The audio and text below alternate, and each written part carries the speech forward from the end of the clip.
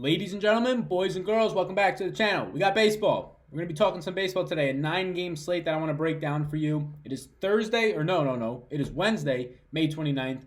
Thursday would be tomorrow, and it is 6:24 in the morning. I just did the NBA Finals Game 1 video that is uploading. I'm going to have some NFL content. Yes, a top 10 running back rankings early, very early, right? But I think I'm going to be a little different than some people, and I want to hear some feedback on that. Let me know in the comments down below. Are you excited for the NFL? Do you want to see these running back rankings? Do you even play NFL fantasy? You probably should. But let me know. These MLB videos don't get as much reach when there's a lot of other sports. Golf, in the mix of golf today, a big day for golf in terms of prepping. Obviously, the NBA starts tomorrow, WNBA underway. But for you, those of you that are watching, if you could hit me with a thumbs up, helps us reach more people who are interested in the channel or interested in the content and then can find the channel. And also, if you could hit the notification bell and subscribe if you get any value from this video. So, yesterday was a big day, or just a weird day for baseball. The pitching was all over the place, and Strasburg was a guy I really never came off of. I put him in an early look lineup for myself, and I kept him there with the Dylan Bundy, and that ended up working out. I ended up cashing in everything that I did play tournament-wise. Just missed out because I had too many goose eggs with the Cardinals stack, which worked out somewhat.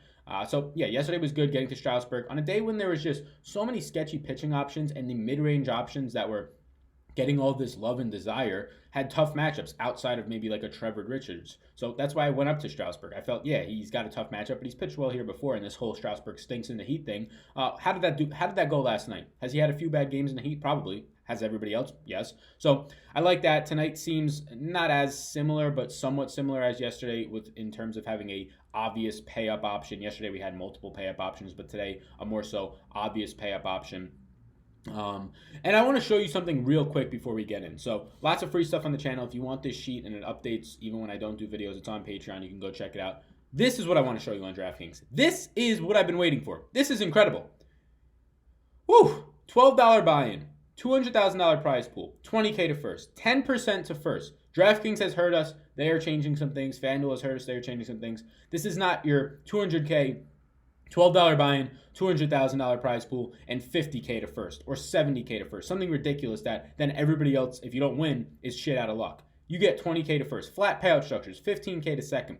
All the way down to where if you're finishing 20th in this thing, you're still taking home $750. Where if you finish 20 in some of the past weeks, you're taking home like $200. This is incredible. You're finishing 15th, you're taking home $1,000. If you were finishing 5th in some of these past contests or contests that are even still going on, but this is just sort of their beta, I imagine, for the lower stakes, or if you were finishing 5th, you were not even taking home $1,000. You were taking home maybe $1,000. Now you could finish 15th. This is great. This is what I want. 10% to first. I don't know how much, and I guess we could add it up to the top 10. How much money is going to the top 10? It's probably something that's 30% or around there. That's what I like to see. This is great work, DraftKings. Everybody should be in this contest. $12 buy-in. You can 150 max it if you want. I don't really care. There's 20,000 people, sure, but at least it's a flat payout structure.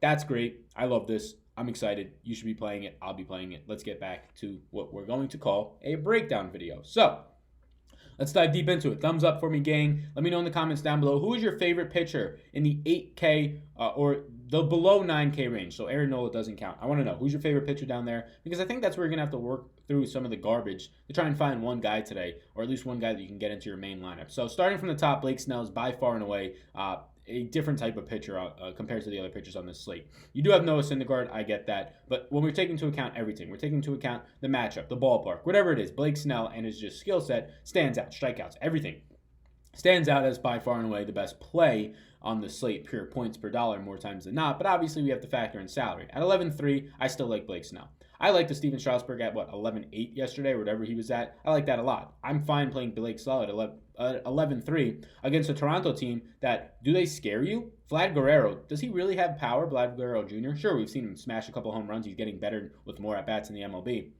But he's not a power threat for me.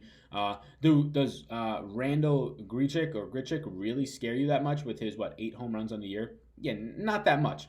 This team strikes out close to 30% of the time, according to Fangraphs. That is Toronto. And Blake Snell is just striking out everybody. He's not giving up power. He's giving up a little bit over 1 home run per 9 innings. That's fine. The only thing that would scare you is his walks, but his SIERA is just absolutely beautiful. If anything, he's getting unlucky. A 2.81 SIERA, that's tops in the league. That is fantastic. So, Blake Snell today against Toronto in a ballpark that's going to favor him, a guy who doesn't give up power, a guy who's might walk some batters, but the strikeout upside is just there so much, and he's facing a team that is striking out the most on the slate, virtually tied with one or two other teams on this slate. So, yeah, Blake Snell is a guy who I start my lineups with. I'm not even going to dance around it. If there's one guy that you could say, oh, he's going to get me 35 today, it's Blake Snell more times than anybody else on this slate, potentially even 40 if he goes out there and he can get you into the 7th, into the 8th. He's a guy who doesn't really work deep into games, which is a worry. On this slate, 5.52 innings pitched per start. That's not great, but this is one of those starts that can get you into the 7th, which is what you want out of Blake Snell. Compared to some of the other guys on the slate, that does worry you that he's not going a little bit deeper, but doesn't worry me too much to the point where I'm like, okay, I have to get off of Blake Snell. $9,900 or $99,000. 9,900, that was right. Also, one more thing to point out on Blake Snell. As of right now, not all the lines are out. 2 of these games, lines are not out. The White Sox and the Royals game, and then the other game not out is Atlanta and Washington. But out of the other 7 games on the slate that are out, he's by far, or a decent, the biggest favorite at minus 230. Noah Syndergaard, or actually Walker Buehler, is minus 200. So Blake Snell, you can kind of shoe him in for, at least Vegas is telling you, shoe him in for an extra 4 points because there's a huge favorite here. So Madison Bumgarner at $9,900, and that's way too much for Madison Bumgarner. I get it. He's playing Miami. Although Miami, the past week or two, they've been smashing the ball, believe it or not. 11 runs yesterday or whatever it was, multiple home runs. They continue to hit home runs, this team, out of nowhere. They're starting to hit the ball. Madison Bumgarner is a guy who is giving up a decent amount of home runs. I mean, his numbers are less than average, the MLB average. That means worse. 1.32 home runs per 9. He's playing in a ballpark, though, at Miami that is so pitcher-friendly, but we've seen Miami start to smash here. They're striking out less.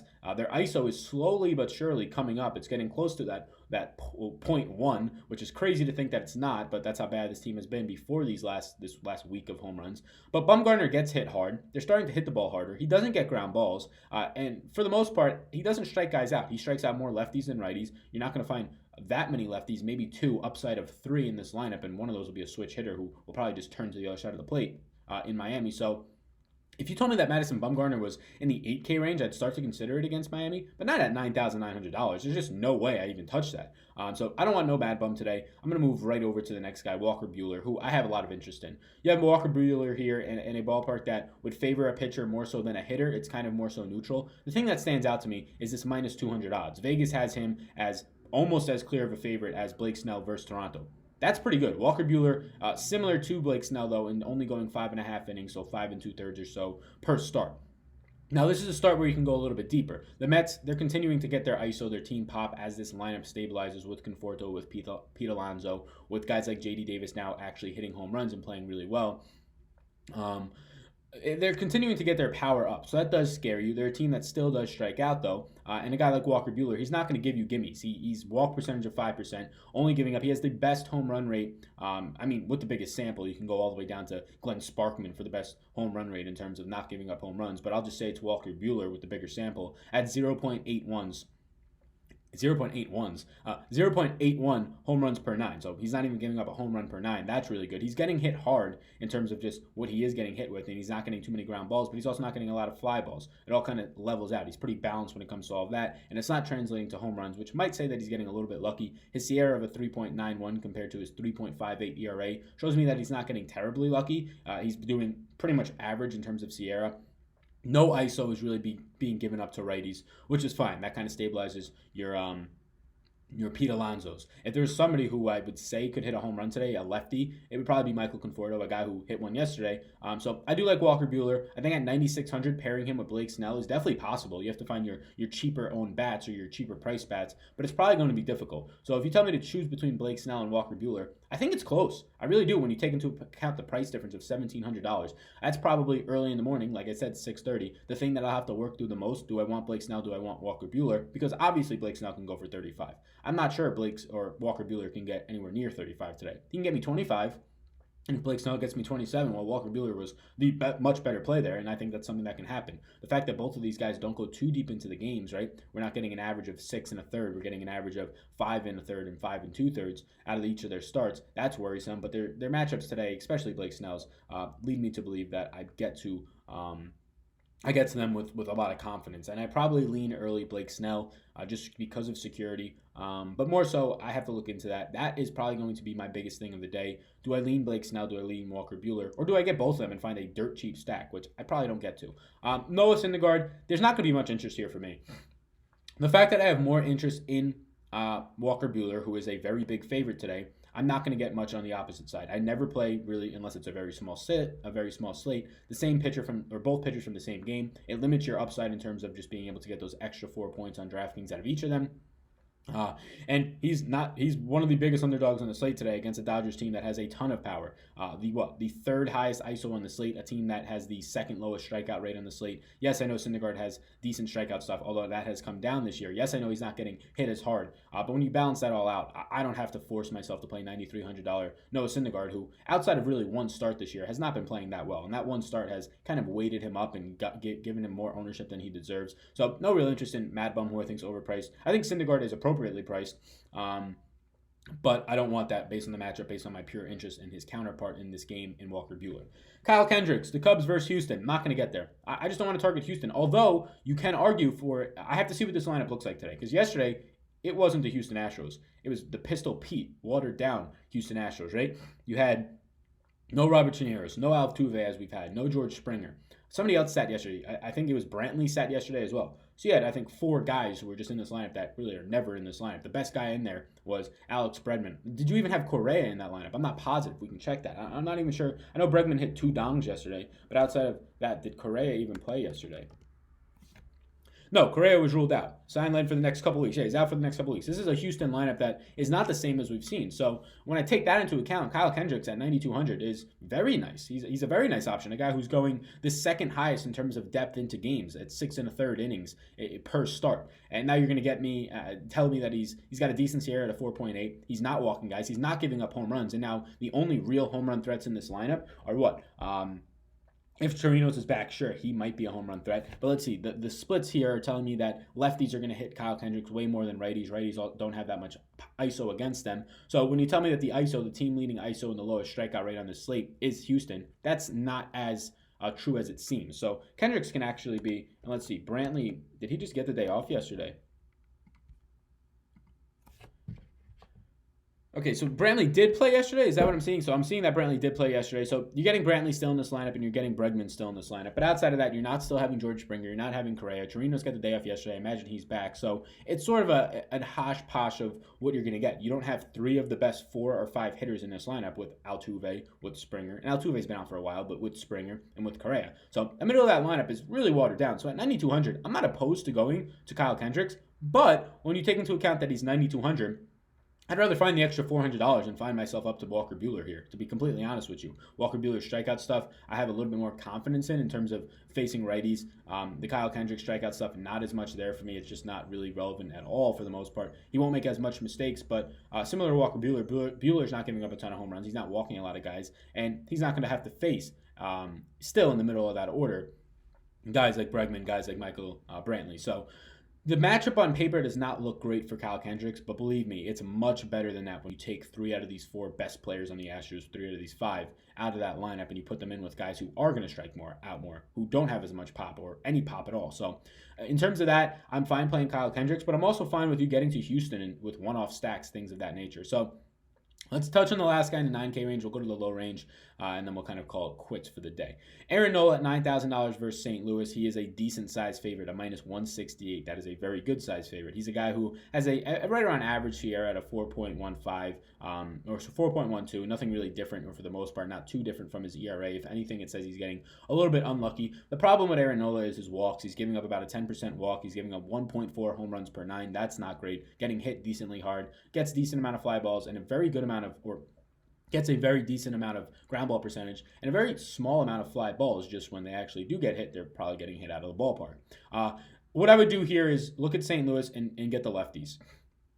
So get your Paul Goldschmidts in those types of plays. Get the lefties from St. Louis, and we could see they don't have the lineup out yet. I was going to quickly see if St. Louis's lineup was out. It is not. So go in there. Paul Goldschmidt, I don't want to cite him. Go in there, get your Matt Carpenters in there.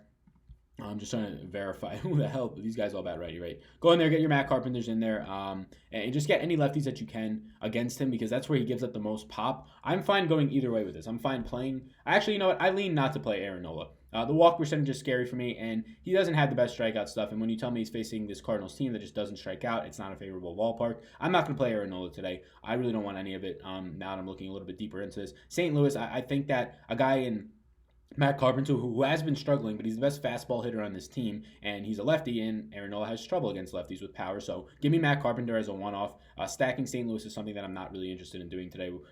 So that's where I'm at with the 9,000 range. I very much like Blake Snell. I have a good amount of interest in Walker Buehler, and I'm fine getting to Kyle Kendricks. I'm not going to play Nola. I'm not going to play Syndergaard, and I'm not going to play Bumgarner at their prices. I prefer Snell over everybody at 9K and above. Let's go to the low range. So these guys below $6,000 for the most part, none of them really interest me outside of maybe a Ronaldo Lopez, just because he works decently into games. He's getting 5 1/3 on average into these games. He has really no strikeout stuff. Strikes out righties a little bit above average, but just can't strike out lefties, so it kind of dwindles it. And he gives up tons of pop to both sides. So KC makes a lot more sense in terms of stacking. But if you're telling me, Sal, pick a guy from 6,000 or below, it's going to be him. I mean, you have Glenn Sparkman, who's more so an opener, going like 2 1/3, 2 2/3 per game. And then you have Ryan Carpenter against Baltimore, which is a decent matchup, but he gets blown up from both sides. An ISO of 300 or more from both sides, striking out only 20% of batters. Everything stinks. He's the lowest price guy on the slate for a reason. I don't want any of that. So if you said 6,000 or below, I'd say Ronaldo Lopez, but realistically, don't play any of these guys down here. Going to the 7K or below range, we have 3 guys here, and a guy like John Means, like we picked on Dylan Bundy yesterday, who's a much better pitcher than John Means. A guy like John Means, who's been so bad this year, ISO to both sides, not getting a lot of strikeouts, more so strikes out lefties. I think I'd rather take cheap stacks with Detroit against him once again. But if you want a 7K or below guy, I think I go John Means. Pablo Lopez is interesting because he goes... Actually, you know what? Scratch that. Pablo Lopez just because he goes deeper into games. John Means, though, I'd rather stack Detroit against him more times than not. He's getting extremely lucky. His SIERA is a 4.73 and his ERA is only a 2.96. So scratch John Means. I don't want any John Means. Pablo Lopez, and this is me saying if you told me to pick somebody in this 6K range. I choose Pablo Lopez, a guy who's going around 5 1/3 into games, and he just has the better matchup today, especially in this range. For Miami against San Francisco, we all know, has no pop. They don't strike out too much, but this is a pitcher's ballpark. So give me Pablo Lopez in the 6K range if you wanted to choose one. I would choose 7K and below. Pablo Lopez would be the guy I get to the most, and then probably Ronaldo Lopez going all the way down to 5,900. The Lopez boys.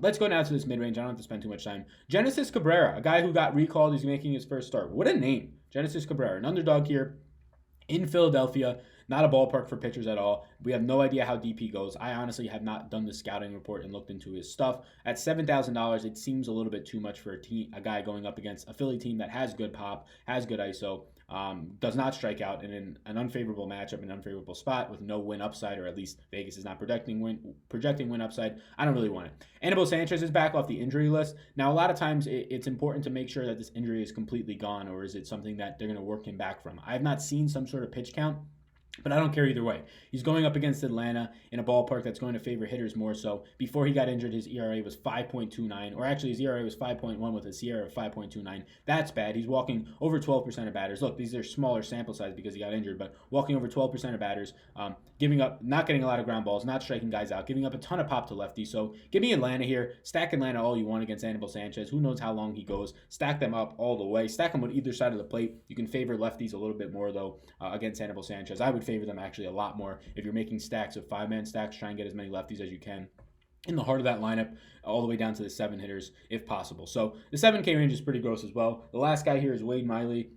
Wade Miley is a slight favorite against these Cubs, and that's just because his Houston team just doesn't have that same run support. The thing that's nice about Wade Miley is he's averaging closer to 5 2/3 per start at 5.65 innings per start, and he's been decent this year, Wade Miley. Going up against Chicago here is not great. The second highest team ISO on the slate, a team that is going to strike out lower than average. In a ballpark that does help Wade Miley a little bit, but it's closer to neutral. Miley's strikeout stuff is not there. It's more so there to lefties, so he might be able to get you a Kyle Schwarber K or two. Maybe he gets Anthony Rizzo, but those lefties are guys that just don't strike out as much. So I'm going to stay away from Wade Miley as well. The 7K range for me is just too murky. Guy coming off an injury list, guy making his first start, and really for the most part, they all have brutal matchups. So I think what you have to do here is either pay up for your pitchers, get your Blake Snells, pair them with your Kyle Kendricks, get your Blake Snells, Blake Snells, pair them with your Walker Buehlers, and then just find the value stacks or the value bats. And if you don't want to do that, get your Blake Snell and go all the way down to a Pablo Lopez and just hope he goes 5 innings and doesn't get blown up, which is a decent shot, but at least he's playing the Giants in a ballpark that is going to help him out from both a pitcher's perspective. In Miami, not a lot of home runs going to be given up there, but also an ISO and the Giants not having any pop, and their lineup is not scary at all. So that's where I would look to. And then you have this 8K range. And this 8K range is extremely interesting. Trent Thornton's a guy that I've picked on in terms of playing him a decent amount. He averages 5 innings a start. He's nothing spectacular, but he has a strikeout rate. He has a strikeout rate around 25% on the year. That's pretty decent. Now, he gives it up to the lefties. So if you're going to be playing anything from Tampa, maybe some one-offs, target the lefties there. That's what I would recommend. But Tampa strikes out a decent amount of time. They do have pop, but again, you're talking about a guy who's sort of this mid-range. I probably don't get there because just a win upside here, 196, the fact that Blake Snell is a minus 230 favorite, I need a win from Trent Thornton, or at least at $8,000, it's much more needed. If Trent Thornton was still $6,700, well then yeah, I'd be playing him today, and I'm fine. I don't care if he gets a win. If he gets me 12 points, that's fine. But at $8,000, I'm going to need him to get me closer to 20, and I don't feel like that's going to be the case today, just because he doesn't get as deep into games. He has decent strikeout stuff, but that extra win quality or the win upside I need, and he's the biggest underdog on the slate. So I don't get there at $8,000. Wade Miley we touched on. So the last two guys to really touch on are Kevin Gausman and Robbie Ray. And Robbie Ray pitching in Coors Field going up against him. He's a good pitcher, and he's a guy that I usually get to. I mean, he's got the second highest fantasy point per game, although that's a very inflated and it doesn't tell a whole story, number on this slate with 19 fantasy points per game. His ERA is low. He's getting a little bit lucky with a 4.08 SIERA. He's just walking too many guys. Not giving up home runs, but you're in Coors Field today. The worst possible field for home runs being given up. I don't know what the weather's like. If it's cold again, that helps. We saw it be cold there yesterday, and it kind of, and some weather, and it kind of pushed down really the total overall, and no runs were scored for the most part. But you're going to give this Rockies team in Coors Field, where their ISO is just increased. Everything's increased. Robbie Ray giving up a ton of hard contact, which is just so scary. And when he's going to give up that hard contact, if the weather is fine in Coors Field, the ball is going to fly out of there. Doesn't give up a lot of pop to lefties. Gives up a decent amount to righties. So I target more so stacks if you're playing Coors Field today, stacks with the righties. But feel free to get anybody in there. Robbie Ray at 8,200 is interesting to me in tournaments. Never in cash at Coors Field. But depending on what we're seeing from weather, depending on what we're seeing from ownership, I'm fine, especially as a small favorite, playing Robbie Ray, just because the options on this slate are so slim. If my options right now in terms of interest, Blake Snell, Walker Buehler, a little Kyle Kendricks, Robbie Ray, and then it's just guessing, like the low range and the 6K range, Pablo Lopez, I guess. I don't want that though. So I have interest in Robbie Ray.